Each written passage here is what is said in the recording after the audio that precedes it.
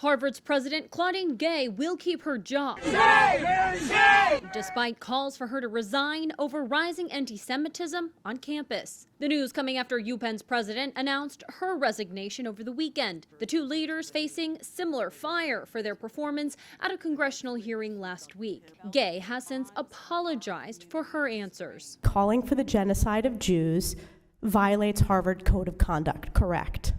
Again, it depends on the context. It does not depend on the context. The Harvard Corporation releasing a statement Tuesday reaffirming their support for Gay, adding calls for violence against students will not be tolerated. Harvard grad Republican Representative Elise Stefanik had this reaction to the news. This is a moral failure of Harvard's leadership and higher education leadership at the highest levels. During the hearing, the presidents of Harvard, UPenn, and MIT argued the anti-Semitic speech in question.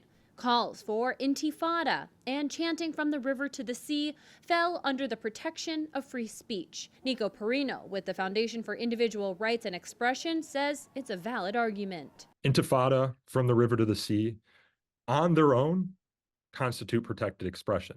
People have a hard time hearing this. Maybe they don't want to hear that, but context does matter. Although he understands why critics are so upset. Harvard definitely has a checkered history on free expression. They put out training sessions and memoranda that say fat phobia is a form of violence.